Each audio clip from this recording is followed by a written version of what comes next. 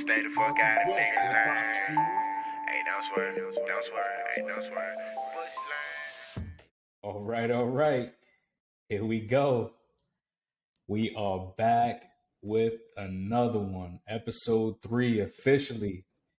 I'm Darius. I'm here with my cousin Jimmie. How you feeling, Jimmie? How you feeling? How you living? Feeling good, man. I cannot complain. I cannot complain.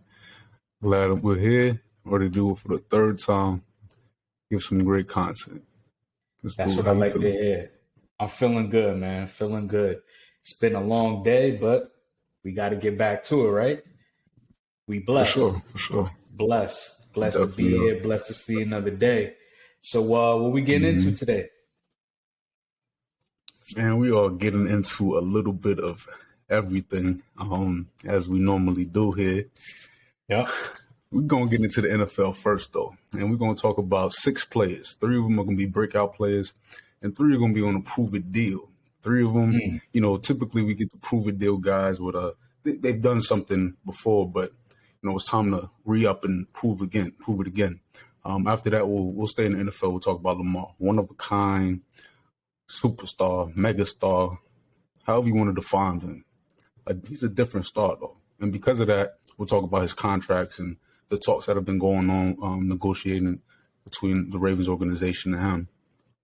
And we'll unlock and break down the rankings with Lamar Jackson. Where should he really be based off of everything, all his abilities and greatness. After that, we're going to slice up a piece of pie, and we're gonna distribute that pie and see if it's going to be the staff or if it's going to be the players who deserve more credit in the NBA. Mm. It's going to be beautiful. I can't wait for That that should be discussion. And that should be a good one. we'll cap it. Oh yeah. We're going to cap it off with a family event. LeBron James, King James, and Bronny. We're going to talk about the both of them. Will they ever play together? Is Bronny really going to make it to the league? Does he really have a shot? Like, we're really going to break that down. He's 6'3", he has a size, whatever, but we'll really get into his game and what his game entails. So I'm ready to run it down. What about you? I love it. I love it. Yeah, man. Let's get it. Let's get it. First, I want to hear, Go. man. Who you got? Who's on a prove it deal, man? Who is on a prove it deal this year? Who got to prove himself to make it to the next step? I'm going to start off with America's team, their quarterback, Dak Mm. Prescott. I believe he's on a prove it deal. I know he just got the deal recently, but he's on a prove it year this year. I believe every year, he does something a little bit better. We see a glimpse of him improving year by year.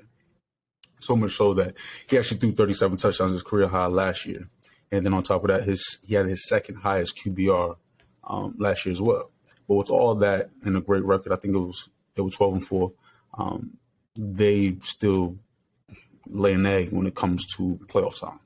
And you're talking about Dak with minimal weapons. I'm not really sure what he'll do compared to the weapons he had before. I'm not speaking compared to the league. I'm speaking to what he's had before. Before I continue on, I believe he won't be a focal point as much. But this is his prove year, and I believe because he won't be a focal point and he'll hand that ball off more, he'll be able to prove his worth. And the real reason I believe is the prove year for him, because you could argue he was the reason. Him and Mike McCarthy were the reasons why the Cowboys lost last year in the playoffs. When you talk about simple things, clock management skills, you're talking about elementary situational football that Pop Warner guys are doing, that high school guys are doing, that Dak has been doing. We never had this issue until Mike McCarthy came. So we can place blame on Mike, we can place blame on Dak, but I want to see Dak do it. Next, So we're you gonna go to think CMC. you think What's up? What's good? before you get to the next one, you think Mm-hmm. that Dak Prescott is more on a prove it year than Ezekiel Elliott, when Zeke's stats been statistically declining every single year, because this team was supposed to always be a run first offense, right? It all ran Right. behind Zeke. Whatever Zeke did, the offense kind of that dictates the outcome of their games typically. And you think with less weapons, as far as they don't have Amari Cooper anymore, they don't have Cedric Wilson. Right. You know, the tight end, can't get his name off the top of my head. They put him on a franchise tag. CeeDee Lamb has to step up. They lost James Washington for I think half of the season now, and Michael Gallup, who knows when he'll play. So with less weapons, you think Dak is more on a prove it year than Ezekiel Elliott? I believe so, and I feel like it's too late to ask Zeke that question. Is this a prove it year or not? Because he had that year and he didn't prove it. When we look back at Todd Gurley and Zeke and running backs in that top 5, top 10 draft pick list, wow, we question their durability. Yeah, I mean I did too. Honestly, like we all have. Very young talent that lost, a lot of his career because of, like you said, health. Yeah, and it's very unfortunate. But Zeke is in that category as to what we think about when we're selecting players again. When we're selecting running backs, you're not thinking about grabbing them first. They're not priority on your list because of their value and how long they are valuable. Isn't very long. So with that being said, Dak, we were in negotiations with you, and we got a lot of backlash for it if you're the Cowboys organization, and you're over here after a deal, performing to a degree where you're MVP candidate, but then in the same breath in the postseason when it really matters, when we really need you to step up, when you really earn your money, you're not able to carry us or be the reason why. At least don't be the reason why we don't we lose. So that's why I'm taking that, just because it's his value. Very surprising. I'm very surprised at that pick. But go ahead. Who you got next? I'm gonna go CMC. We talk about running backs value. Ooh, so we're talking about running backs white value. Lightning like that, man. I definitely am, because my thing is, it's similar to Dak, and it's not it's not just him. It's that coaching staff who has to set him up in a proper way. It's the management. It's the GM who has to elect better linemen, to put him at a slot position. He has the ability of an Alvin Kamara. I feel like Sean Payton did a great job with Alvin Kamara. We'll see how the Saints coach staff does this year with Alvin Kamara. But Christian McCaffrey needs to be split out wide. And if you do that, and you have a 1-2 punch, I can't think of the backup running back's name, but he is a power back, and he is like that. There we go. Got the both of them. That's a solid dynamic duo in that division. You can do something with the run game in that division. I believe the coaching staff, that not only will they excel because of Christian McCaffrey's versatility, but also the versatility of their depth chart. You have Sam Darnold and Baker Mayfield now, so if someone's hurt, you always have someone to replace them. Looking forward to that. We'll get to Khalil Mack for my third one. Khalil Mack is, he is an all-time great. We don't necessarily recognize him or give him that cliche or whatever, but because there's so many pass rushers in this era. But he did, since he got to Chicago, his sack numbers have decreased every year. On top of last year, his durability came into question. 7 games, 6 sacks, nice. But you're talking about 7 games. Now he is in a winning situation. Not bad production, but I get it. 7 games. Sure. Yeah. Now we're talking about a winning situation with dogs all around him. You're talking about a dog in a pack. Like, it's different. And you're talking about someone, Justin Herbert, who can benefit the defense in a different way too. So now I believe the Chargers will lead the league in turnovers, like turnovers forced. They have that on the back end, and they have that up front, and that's where you need it to make it happen. You'd have to have that quarterback and lock up on the back end. Who's on your prove it? prove it list, man. What's up? I want to hear your three. Yeah, we actually talked about this before, and you brought up a great point where you said it's typically quarterbacks that's always on prove it years, and because the reason is because that's the most important position on the field, right? Your quarterback is your leader. That's the guy that's supposed to bring you to the promised land, right? That's why we draft a lot of first round draft picks are typically quarterbacks because you're looking for that face of the franchise, right? So for my three on a prove it year, it will all be quarterbacks. And I'm going to start it off at number 3 with Carson Wentz. Yeah. Playing in Washington, all of them. Playing in Washington this year after being on an MVP run with the Eagles back in 2017. His biggest criticism is that he's not a leader. He's not a team player. You go to the Colts, who arguably has the best offensive line in the league, right? You got some young guys at receivers, and you had the best running back last year in Jonathan Taylor. He went on a record-breaking year. You know, he killed it last year, right? He did. And you're not able to, and that defense isn't bad. They got a good secondary. They just got better too. Mm-hmm. You up front, you're really solid there with Darius Leonard and Buckner at the D tackle position, right? So you're solid up front, and you're not able to get this team into the playoffs over the Jacksonville Jaguars, over the 3-win Jacksonville Jaguars. There should be no reason why you shouldn't have easily won that game. So Carson Wentz is on a prove it year.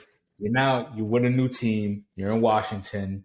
Hey, I live in the DMV area, and a lot of these people out here still believe in Taylor Heineke. They believe that he still may take Carson Wentz's spot at some point this season if and when Carson starts playing bad. But you got, on paper, a very good defensive unit in Washington. You got some young talent. You got Terry McLaurin, who is a very slept-on receiver in this league. You got Dawson. You got some young running backs. Hopefully they can stay healthy. Gibson has been on and off as far as last year, I should say. But he's a touchdown machine. So let's see what you can do this year, Carson. You're on a prove it year. Number 2, Daniel Jones. I never believed in him. He's a he's a protege from that Eli and Peyton, their mentor. So why not bring him to the big city and put him with the New York Giants, right? In the first round to take a shot on him. Perfect. But you got to get it done. Statistically, his stats have decreased every single year. I will give him the benefit of the doubt that I don't know what's going on in that trainer's room, but the receivers cannot stay healthy. Sterling Shepard, I think he's a good player, but this man can't stay healthy. He has never been healthy in his career. You bring in Kenny Galladay on a big contract year. I think it was either last year or the year before. I think it was last year. You bring him in, big contract, and unfortunately, he can't even stay healthy. Your Kadarius Toney, very spectacular player, very good talent, going to be a really good slot receiver in this league. But again, he has to stay healthy. Darius Slayton can't even stay healthy. You lose Evan Ingram. True. Saquon, oh man, I love Saquon Barkley, but I want to see the explosive Saquon, and hopefully we can get him and CMC back this year. I think that'll be exciting. That's what we need in football right there. Yeah. Saquon and CMC lighting it up. But Daniel Jones on the facts. But Daniel Jones on a prove year. I think if he doesn't get it done this year, I wouldn't be surprised if I'm the Giants, Tyrod, get in there. That's a bridge quarterback until we can get another one, man. Go get one of those young guys from, you got the guy from Bama, and you also got the guy from USC as well. Yo, he Third, always has a new coach though. He always got a new coach. but you can say the same Always thing got a about hurt Baker. star. You can say you can if you're bringing it to the coaching staff, you can say the same thing about Baker Mayfield. Baker Mayfield, He ever would still since he's have an been opportunity if it wasn't for a top 5 quarterback ever. I'm not ever. My fault. Right now, Deshaun Watson. He would still have the opportunity with the Browns. oh for sure. But when a talent like Deshaun comes around, you got to get a guy like Baker out of there sometime. Right. So So with Jones, I number mean, 3. So you go believe ahead. it? So you believe in Daniel Jones? It's yet to be seen. He needs time. Yeah, Joe Judge, he came he's from been the in the league for Patriot 3 years. way. He came from the Patriot way. He didn't do what he needed to do when he left. Sort of like Josh McDaniels. He needed to reel back in, come back to New England, do your thing, and then go back out again. Joe Judge isn't the guy to make Daniel Jones what he's supposed to be. Period. So let's give him. And Saquon is not durable. You just ran off a list of guys who aren't even durable. Jones has been durable. That line's been trash. That defense has been trash. The line is trash. They did get 2 really good draft picks, but first of all, before you continue, take that hoodie off. So we're gonna first address that. Take that hoodie off. Secondly, can't do it. Secondly, yes, he is on a prove-it deal this year because of the simple fact he has to find a way to help them on a win scale. I understand, and that's why I gave him the benefit of the doubt, only because of the simple fact is that his weapons can't stay healthy. So, if I'm the organization, if I'm the GM, I'm first looking at this training staff. Like, what are we doing in our training that I can't keep my guys healthy? We need to figure that out, and then going forward, I give you the benefit of the doubt. Let's try Daniel Jones for another. They didn't even pick up his 5th-year option, so. Hey, that tells you how they feel about him, and we'll see if he can make it on another team. Because I don't either. But we just speaking it. We just talking. We just saying how it is, right? It is what it is. I am saying we are saying how it is. But them Giants, and it ain't because I'm a New England fan. Okay, I just do not like how certain teams, even New England, they don't pay the players they should pay. The players like Vince Wilfork, like Jamie Collins. Like, why are... Anywho, go ahead. I digress. So my third player is Tua. As much hate as I give the Dolphins, this year is all on Tua. You got a good secondary. You got a good defensive line. You got some young linebackers. They bring in Tyreek Hill. You got Gesicki. You got Jalen Waddle, who they say is this top 75 player in this league. And you know what? A lot of people didn't agree, but I agree. I think Jalen Waddle is one of those guys. We're going to be talking about when they talk about young, talented receivers going forward, when you talk about the Justin Jeffersons, when you talk about the Jamar Chase, you're going to be talking about Waddle soon in that that league, I should say, of these young receivers that's coming. I think Terry McLaurin. I bring it back to Terry McLaurin. Terry McLaurin's going to be up there. Okay. But yeah, Tua, you bring in all these guys. You got to get the ball down the field. He ranked 31st last year in deep balls. You got these 2 deep threat weapons. You got 9 million running backs. Hopefully, one of them can pan out and stay healthy. But Tua is going to be my third guy that's on a prove it year, and hopefully he can get it done. I mean,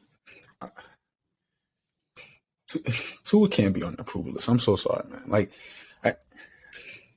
you got me over here defending, my division rivals and stuff. But, I'm going to do what I do. Tua should not be on that list because the situation has not been ideal for him. That left tackle just got here. He hasn't even played one snap with him yet. His blind side was affected. Wait, that's not his blind side. He's actually lineman in the free agency this year. Forgot they brought him in. Yep, go ahead. And you're talking about Tyreek. He just got here. Waddle, he could get doubled any given night. Now the situation is different. Now we need to evaluate him. But even then, if he goes out there the first 6 weeks and he's 2-4 or 2-3, whatever, like I don't want to see him at the bye week. We're talking about 2 of this, 2 of that. No, let's give him an opportunity to even Teddy Bridgewater. That signing, we're messing with his confidence. And yeah, like, well, you're soft. No, that matters. Like, your situation matters. Being comfortable matters. You have somebody breathing down your neck. You always got a Fitzmagic, or now you got Teddy Bridgewater, who's known to take a dude's spot. Tua needs a situation where they believe in him. If Nick Saban did, why can't?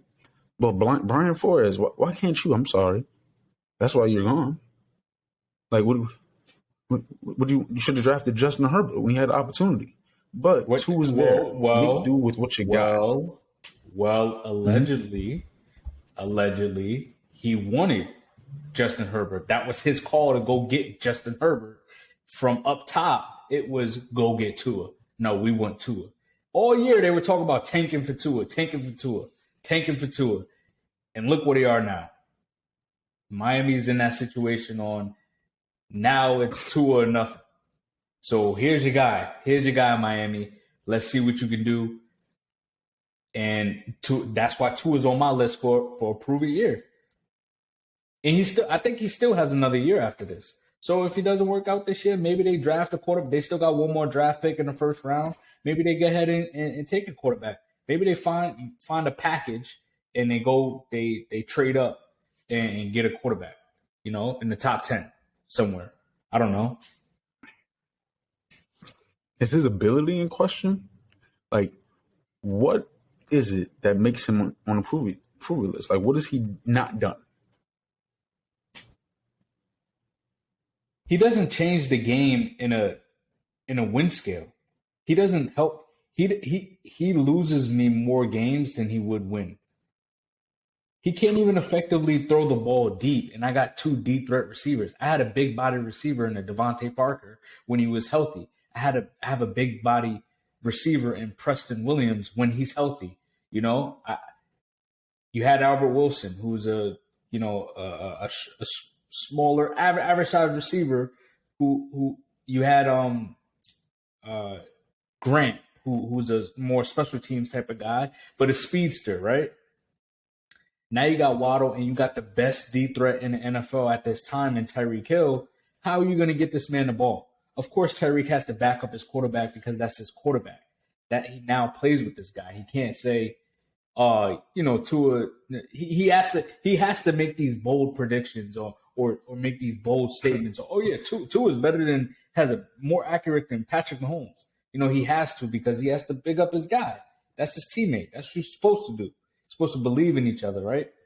But right, that's what I'm saying. He doesn't change them on a win scale, and this team is good enough to get into the playoffs. I could say that the Dolphins is good enough to get themselves in the playoffs, but it all relies on Tua.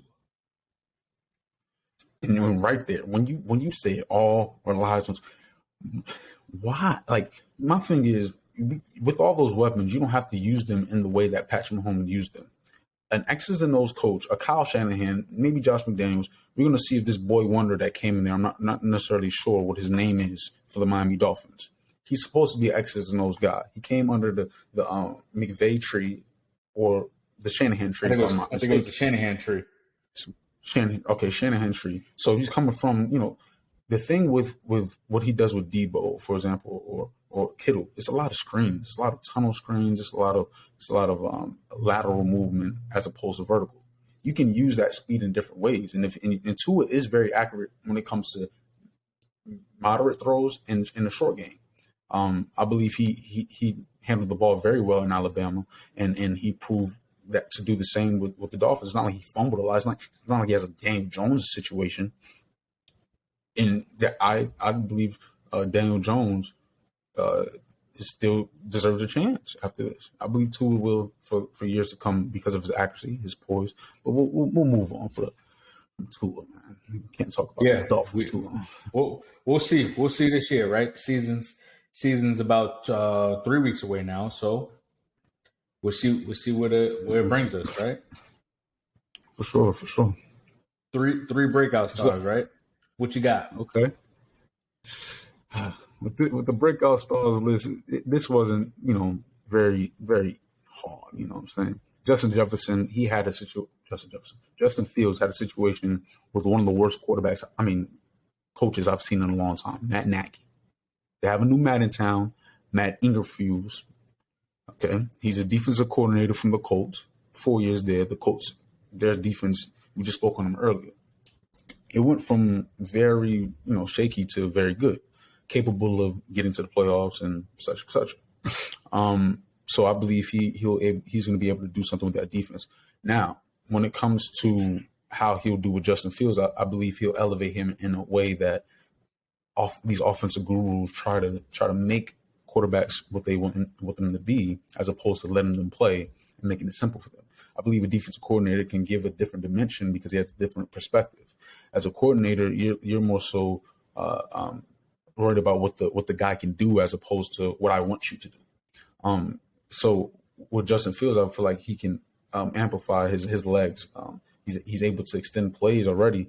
I believe the O-line will still be trash, but the X's and O's guys looking to scheme this up and scheme that up, as opposed to, let's go ahead and have an extra tight end block.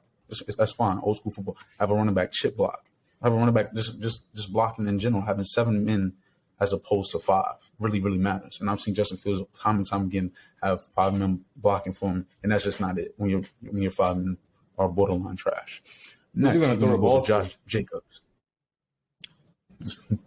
That's a great point. That is a great point. Great point. Because honestly, they got rid of Allen Robinson, tight end. Darnell Mooney is actually pretty. They got this dude named Cole Kmet, who's actually pretty solid. It's a big body tight end. 2 drafts ago. Game. I want to say 2 drafts ago. Yep. Okay. They got Darnell Mooney, who can be a weapon for him. They got Montgomery in the backfield. David Montgomery. I don't know. He doesn't. I don't see that team doing well. That's a great point, and I don't believe they'll do well. But I believe Justin Fields will have a breakout year, because understand where he's coming from. He's coming from the floor. So when you're going up, like, your breakout is what. His breakout would be crazy just because of where he's coming from. I think it's because what's a breakout? What's a breakout year though? What's a breakout year for Justin Fields? Most Improved award, in contention for the Most Improved award. Okay, what does that look like statistical wise? Great question. We'll go 22 to 17 touchdowns and under 10 interceptions, with rushing yards that look 600 yards ish, with about 6 TDs. With the six completion TDs. rating. Yes. Okay.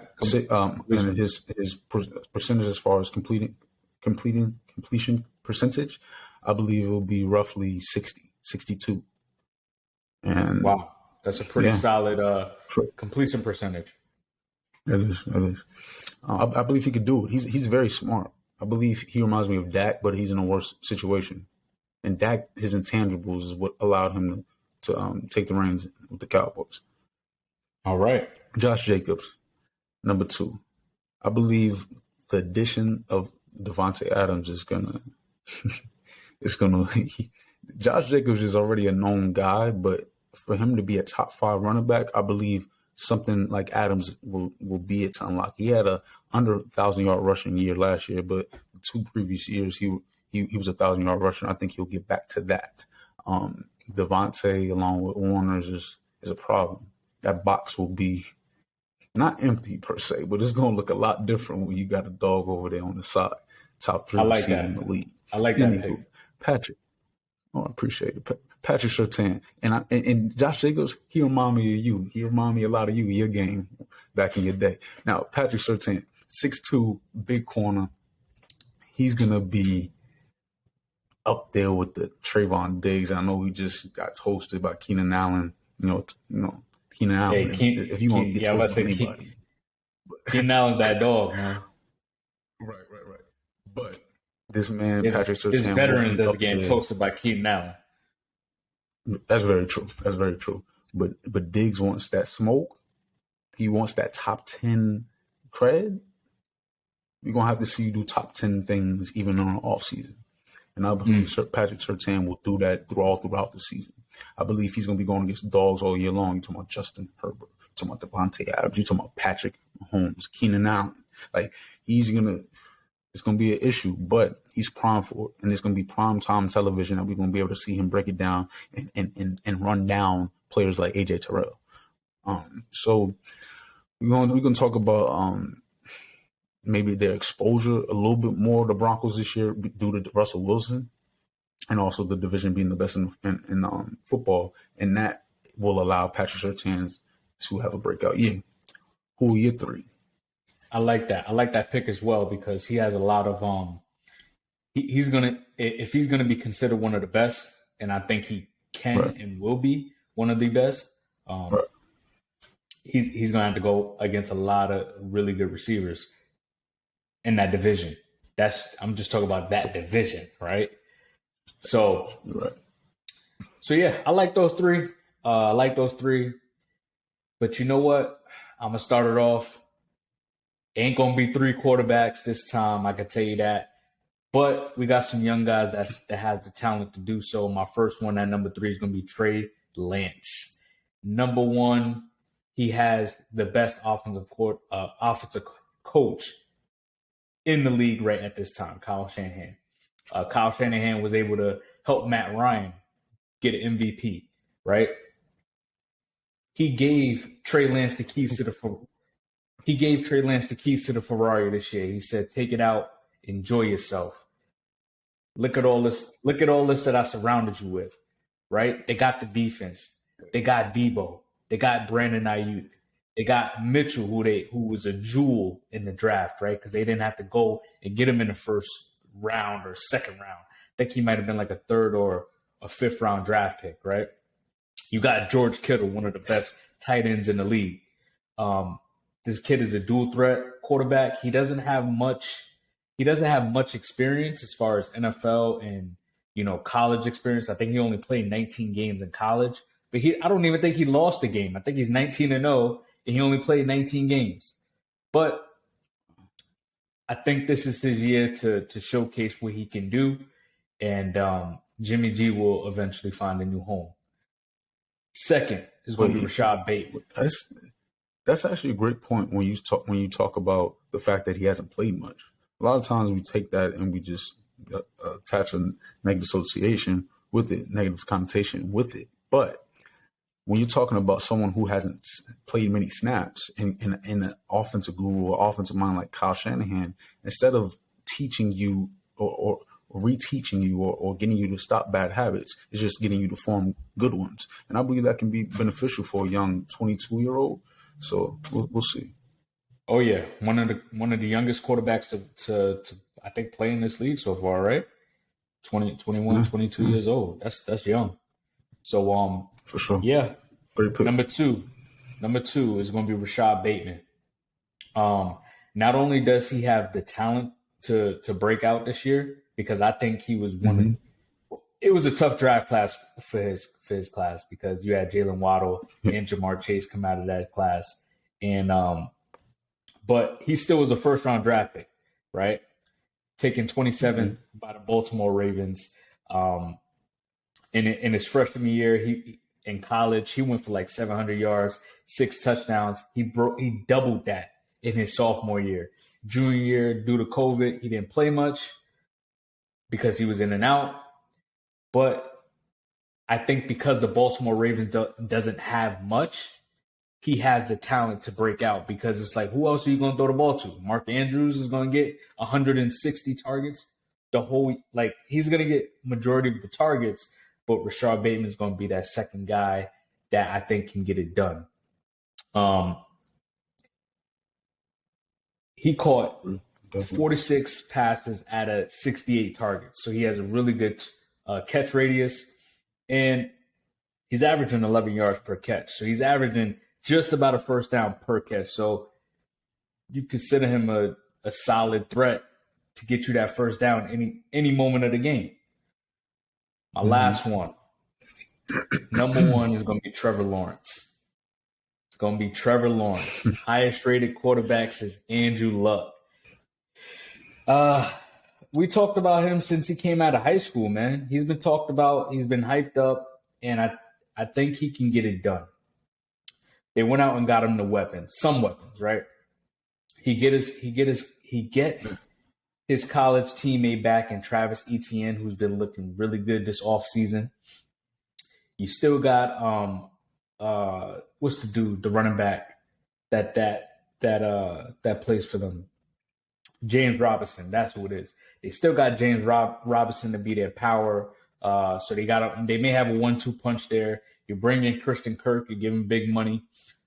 Hopefully Evan Ingram can revamp his career at tight end from playing with the Giants, who showed flashes in his rookie and sophomore year, but then he got that Giants plagued injury where he was plagued with injuries just like the rest of them. You still got Marvin Jones Jr.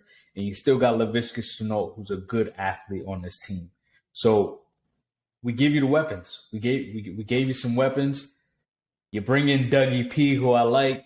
Dougie P, who the Eagles, kind of kicked out the door, I think, way too early. I'm excited to see what he can draw up as far as an offensive mind, like he did with that Philly team. Hopefully he can do something with these young dudes, man. And I don't think that they're going to be – I think they won 3 games last year. They won 3 games last year. Typically when a team spends that much money, it changes the win scale about 2 games. I think this is a 6-win team right here. And I'm okay with that going forward, right? That's another step. You get out that Urban Myers phase, and that's another step for them. So Trevor Lawrence, man, watch him break out this year. What you're saying that if your quarterback, like you said, the highest rated quarterback since Andrew Luck. When Andrew Luck broke out, I'm sure it was for more than 3 games of difference. Trevor Lawrence should affect the rankings, the overall record, more than 3 games if you're going to compare him to Andrew Luck and Peyton Manning and the all-time greats. He has to affect the game in a greater way for the win scale. Can't put him on a breakout list. He's going to break out this year. He gets his weapons. Watch, man. Hey, Peyton threw over 20. Peyton led the league in interceptions his rookie year, man. Look what Peyton is. I'm not saying he's Peyton Manning, but he has the intangibles to become something great. And I think he has a talent and skill set too. Well, we're going to see, right? We're going to see, right? Yeah. Season's right around the corner. Oh, yeah. Knocking on the door. Now, I've been knocking on Lamar door before it was even time to, man. We need to bring up Lamar Jackson again, man. The one-of-a-kind guy, man. This man here is special. We're going to talk about why he's so special and because he's so special, why his contract talks is one of the, the weirdest or the most controversial in NFL history, maybe sports history. Let's break it down, man. What you thinking about Lamar? Where's his true value? Where should we rank him? What's up with the contract, man? What's up? Yeah, man. I think when you talk about Lamar Jackson, we obviously at one point had the Michael Vick experience. Well, you got the Lamar Jackson experience. It doesn't hit the same, but he gets it done as far as a dual threat quarterback because the way he just makes people miss, right? And speaking of Mike Vick, he is with us in the building today. Here you go. Say what's up, Mike. Salute. You got to salute one of the goats, man. For sure. But yeah, I still think he's still a top 10 quarterback in my eyes, but he's right on that cusp of the 10th spot between 8 and 10, only because of the simple fact of his consistency throwing the football.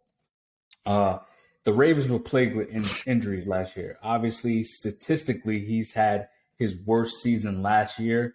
I think he threw maybe 16 touchdowns, but he also ended up throwing like 12 interceptions. It's unfortunate, but again, the Ravens were plagued with injuries, right, all year. We could maybe blame the Madden curse. I don't know, right? So the issue with Lamar is that his playing style, how is that going to sustain going forward, right? You're hurt now. You're running for you're getting hit a big amount of times. As far, even the old line has decreased, right?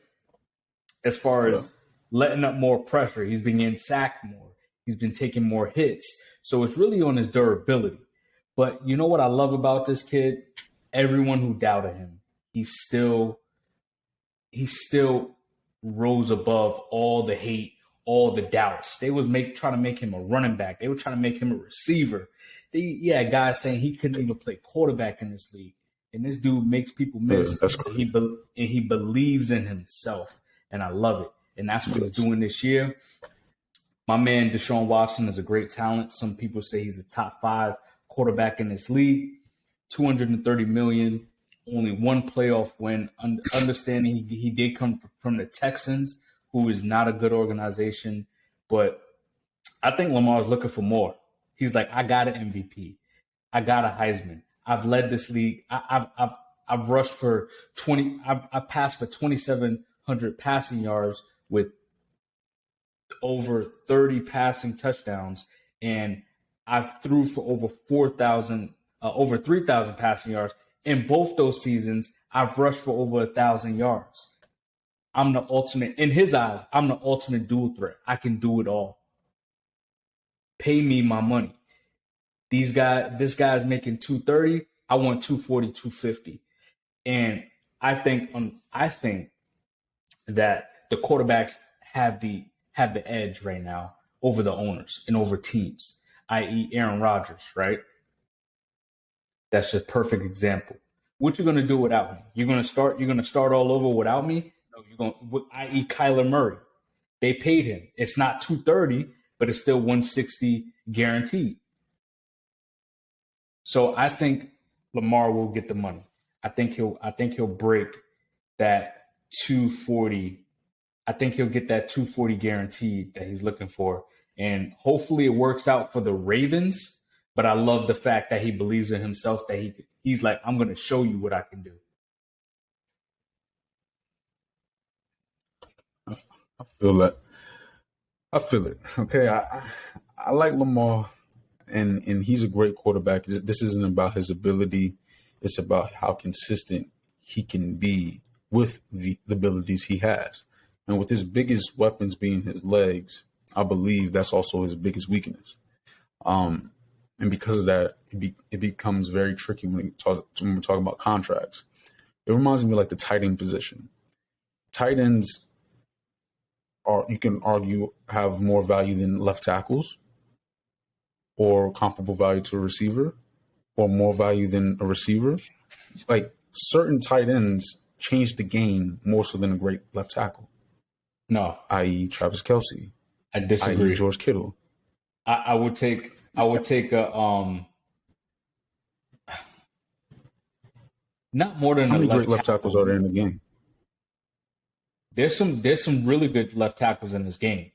We could talk about because Travis Kelce is great. How many great left tackles are there in the game? You got Ronnie Stanley from the Ravens. You got I don't even know how to say his name, Buckenhale from the Green Bay Packers. There's some great left tackles in this game. You got the dude Teron that just went to the Dolphins, who's when healthy, he's a great left tackle. Left tackle is besides quarterback.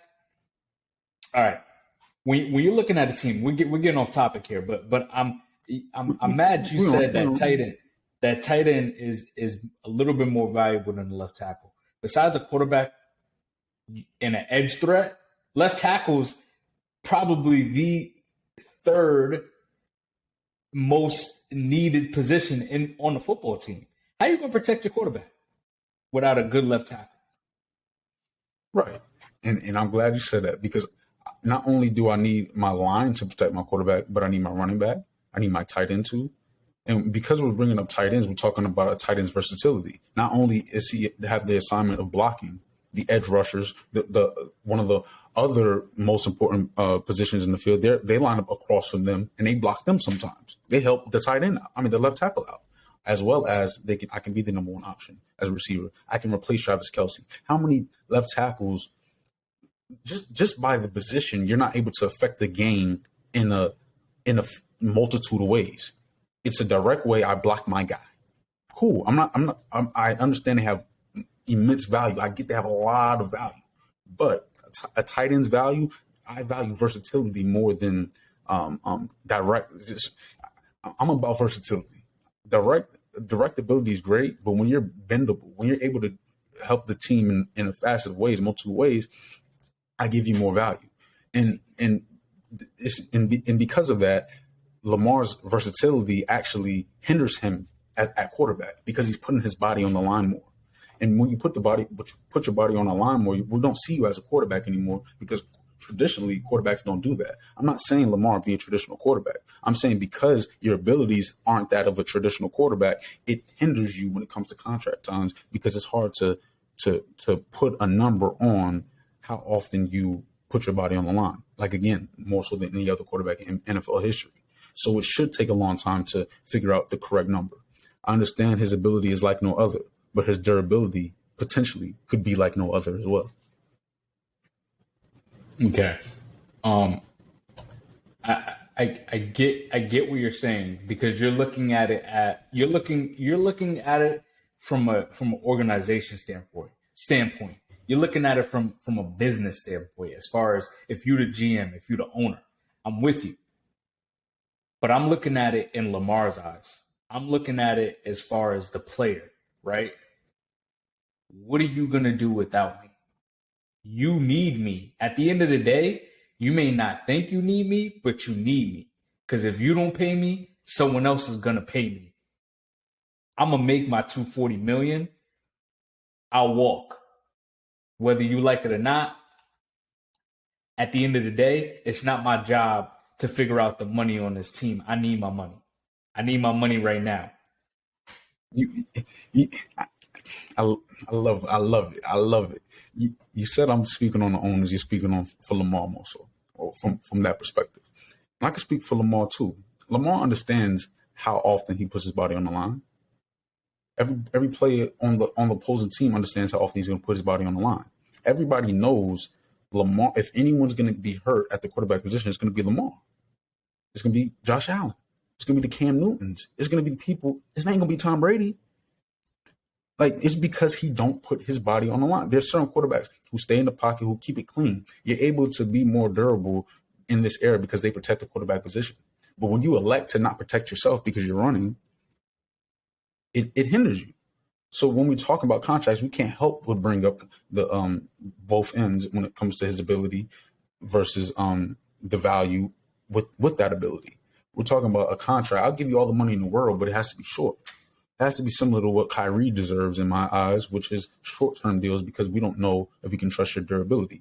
Kyrie, of course, it is about Kyrie's durability, something else too, though. But with Lamar, the durability is in question.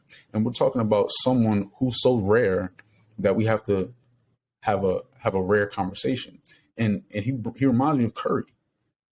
We always question, can someone win a championship or championships with Curry style, with the Warrior style of play, until they did it.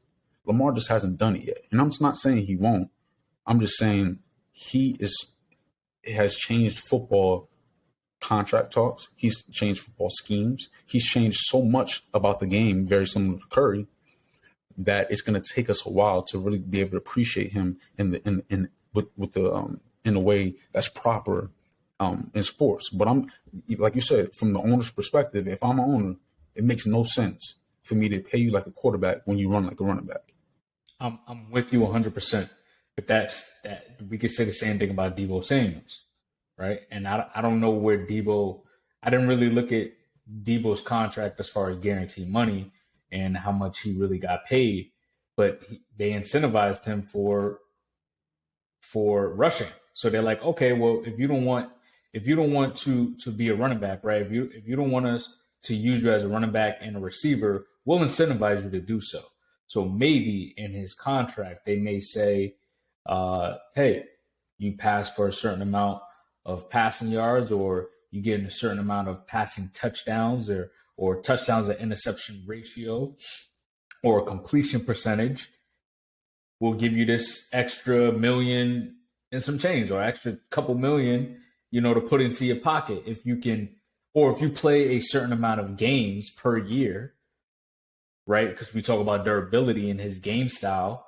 Maybe we'll throw you a couple extra million, as far as a bonus in his contract. But let me ask you this, because again, I see you looking at it as far as a owner, as a business owner, and I love it because I'm the same way, right? I would look at it as far as an owner. Do you think he's going to get the money that Deshaun Watson got? Do I think he will? Yes. Why? Because of the Ravens situation. They need him, like you said, partly because their roster construction is not. They're older. They're getting older. I'll put it like that. And they don't have elite weapons on offense. They don't have like a variety of them. But I'm about to put my GM hat on and just look at it from an abilities perspective. Lamar Jackson, we're not going to act like he's an elite thrower. I was trying to be nice, but we're not going to act like he's an elite thrower. We can name 9 to 10 other quarterbacks who throw the ball better than Lamar Jackson. Of course. So when we're talking about when we're talking about paying you like an elite quarterback, you have to throw like an elite quarterback in my eyes. It's not just about the fact that you're putting your body on the line. If you're, the thing about Debo is he's so versatile. He can be a receiver and a running back. Lamar, I don't know if you can be an elite thrower and an elite runner. You haven't proven that yet to me. And we're going to talk about his weapons.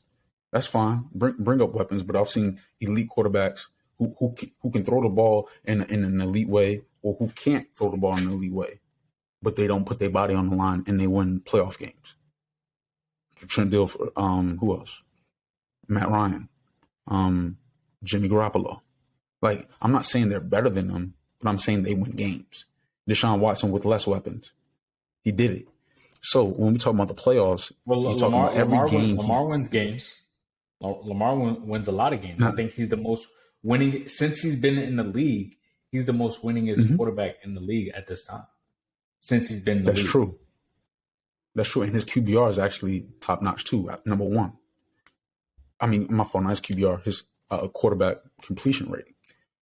And that's a lot of times because he's dinking and dunking due to weapons, and also to me due to his lack of ability. I'm not saying he can't make throws. I'm saying he can't consistently make elite throws.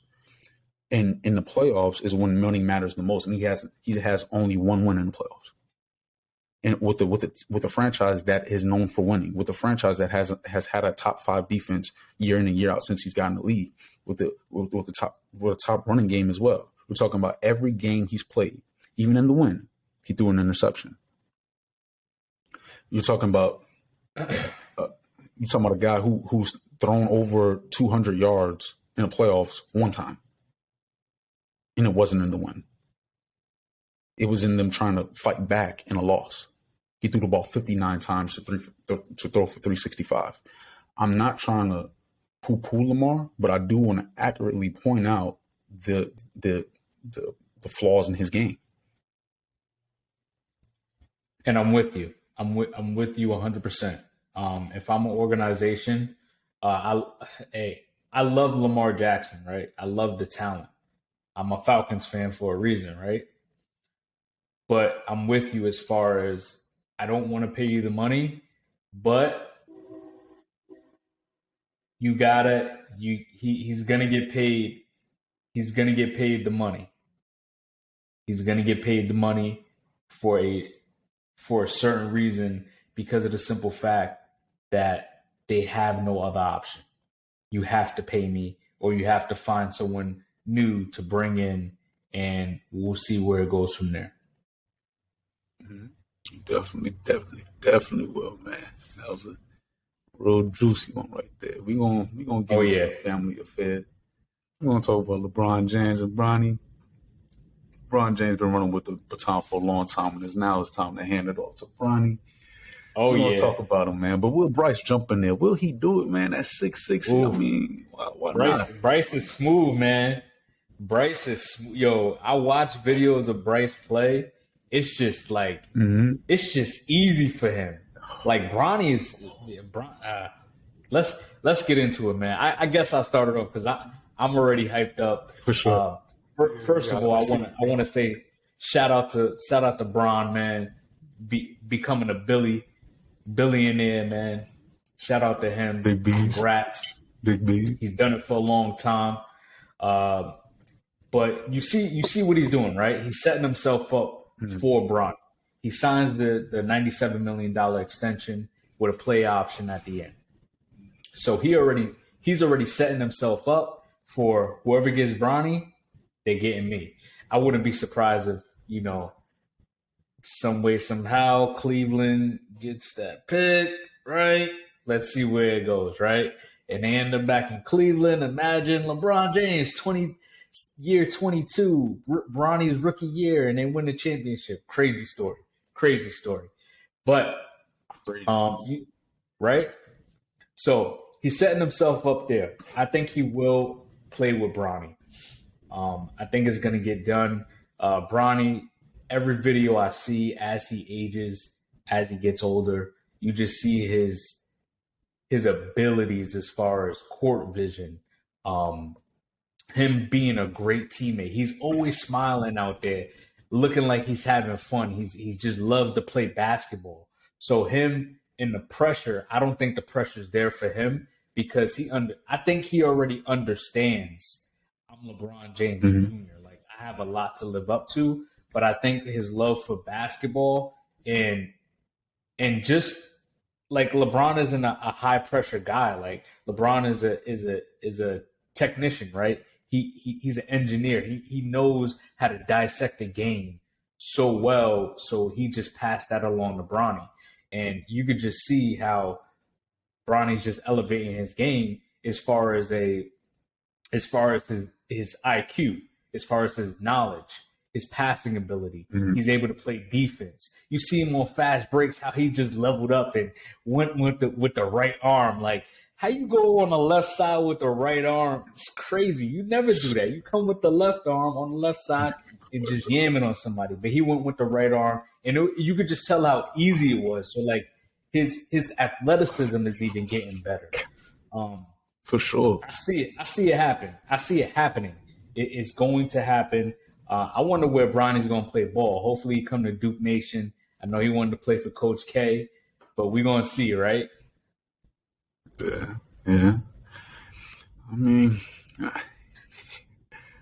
they will play together. Bronny's is dope, man. I love the whole story and everything. Even with like it started with LeBron James. He had the first leg, and it's just like his willingness to let everyone see, let the media get more of a glimpse. You usually see that after someone's career. But in the midst of his career, we're able to see that, and he's able to connect with the media and with the fans in a different way. And then Bronny comes along, you're able to see them shooting around, working out, and him being pops and him being son. It's beautiful to see, and they will play together. We will see a beautiful story. I'm not sure if it will end in a championship. I wouldn't be surprised if it did. But you're right, LeBron is setting himself up. That was a beautiful deal he just signed with them LA Lakers. Anywho, but as far as Bronny's game, his IQ, you're right. To me, that's his number one attribute. And then from there, it's his athleticism. His willingness to distribute the ball as well as lock up on defense. That's very valuable. You're talking about perimeter defense in a perimeter-oriented era. You're talking about a combo guard who can shoot off the dribble, who can catch and shoot. I believe he can do it, and he has a size to still be able to do it, as long as he stays hungry and like you said, has that drive that we see, because when he's playing, it does look like he's having fun. And his defense intangibles that's Bron giving us something. Or I'm not sure what, but like he just locked in defensively. You see his leadership more so on the defensive end, in my opinion. I hear him talking on defense and things of that nature. Like that's very good at to hear at a young age. But LeBron's longevity will allow for them to do it. We're going to be talking about LeBron in year 23, 24. So it's just like it's inevitable at this point. Yeah. But I also believe Bronny's longevity actually, I believe, will be better than Bryce. Looking forward, I believe Bronny will be able to facilitate, and his game will always be something that can be useful, even after his athleticism, dwindles down and such. And Bryce's size, I think his size and the smooth talk you're speaking on he's an effortless scorer. It seems like even in the post, his footwork seems effortless. Like he obviously worked on it, but it's just a purity to it. And with that being said, if he has an elite jumper with that pure scoring touch, his longevity may be there too. It's in his genes. We're gonna see. Yeah, for sure. I don't think LeBron's gonna stick around to play with Bryce, but I'm definitely excited to see him and Bronny play together. That right there is a story, especially father and son. That's amazing right there. That's beautiful. For sure. Definitely is, man. All right, so we're wrapping it up with what we got for the last topic, man. Piece of the pie. You want to slice the pie? We're gonna give it to him. The staff. We're gonna talk about the coaching staff. We're gonna talk about the players. Who would you say needs a bigger piece of that pie? You started off. I'm going to say you need both. You need both. At the end of the day, you need both. You need some stars on your team, but you also need the stars to buy in to the coaching staff.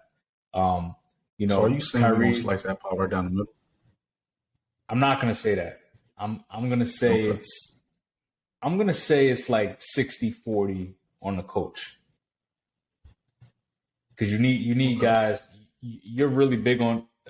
We talked about this the first 2 episodes, but like you said, when Pete Carroll can galvanize troops, right?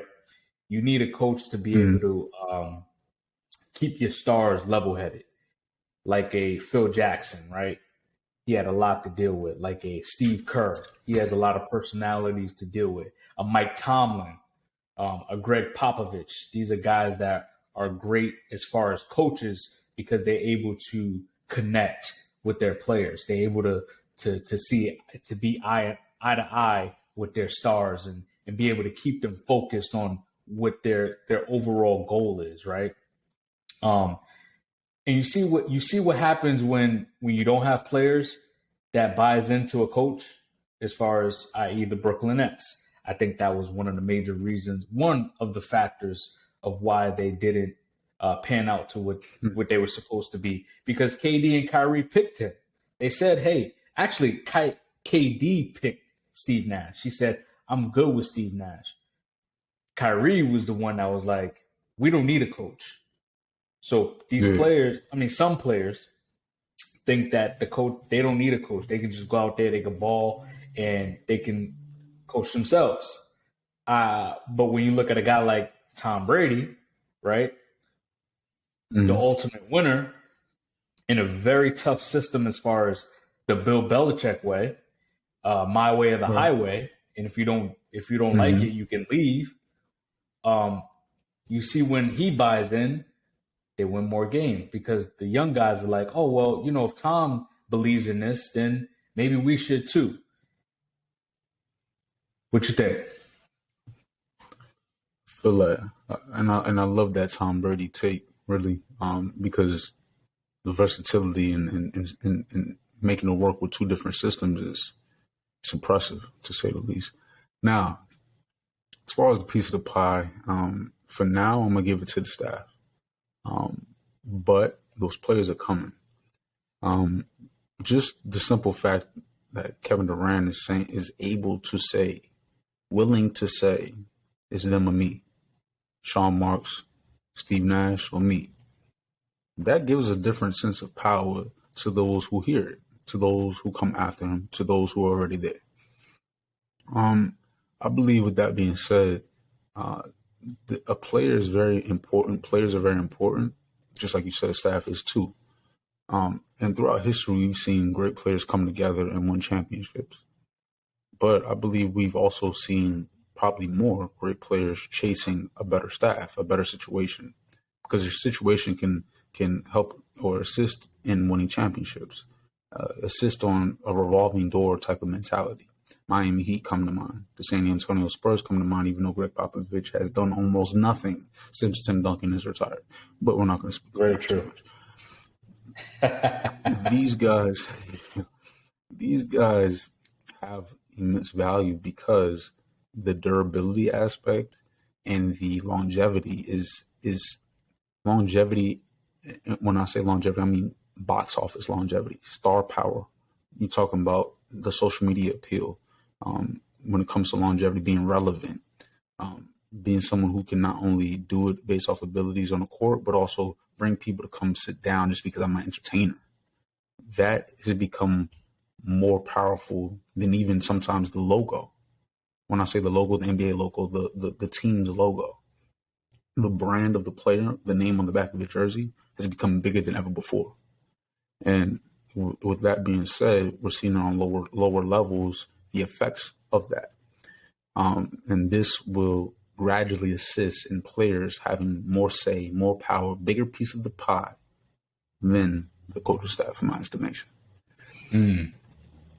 Yeah, you got a point. You got a point. It's all about name, image, likeness, brand, everyone's personal brand now. So everyone and everything's a brand now. So it's tough. It's tough to be a coach because that's the first one that gets the blame, right? It's a player's game. It's either it's me or them, right? Who are you gonna, as an owner, who would you rather? The guy that's gonna make you more money as far as box office, or a guy that's pretty replaceable as far as a coach? That's why these coaches really don't last. So a lot of them don't last more than 1-2 years. True. Very true. Very true, man.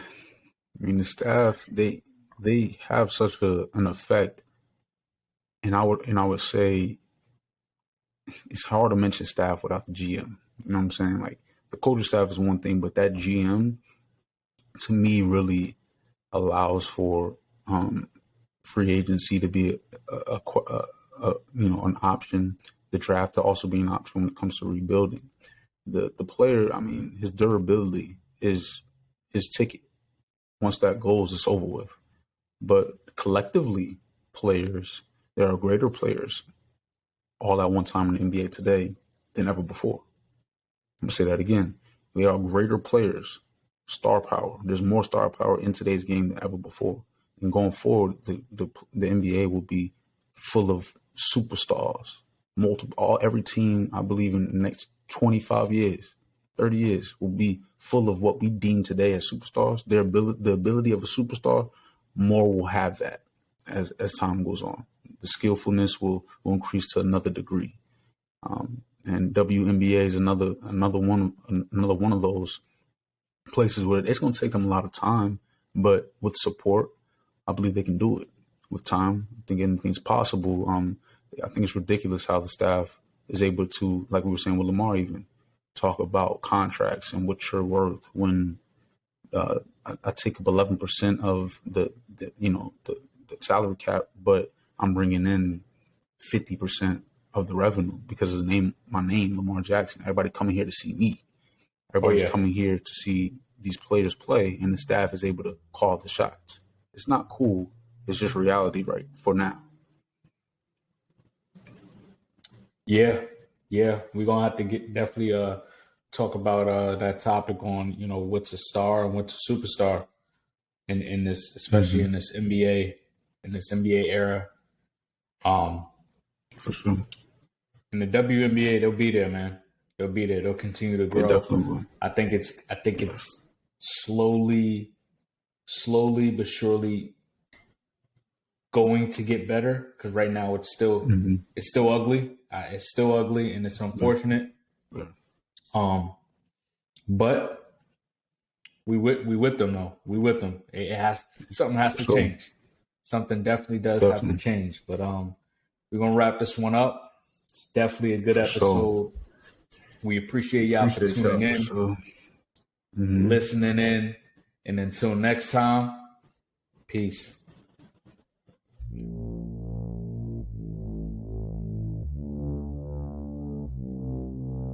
So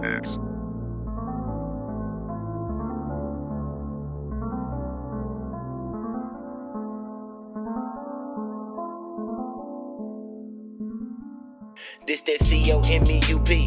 Stand back while I do me. I'm the King James of this era. Do my best to be 2-3. You see, the metaphoric beat destroying MC. They had to wait his turn, sit and learn from the OGs, but slowly I had myself out like a slowly. You take paper to make paper, so I'm speaking from this loose leaf. Damn. I ain't even gotta talk about it. They said you public in the basement, but your songs is private.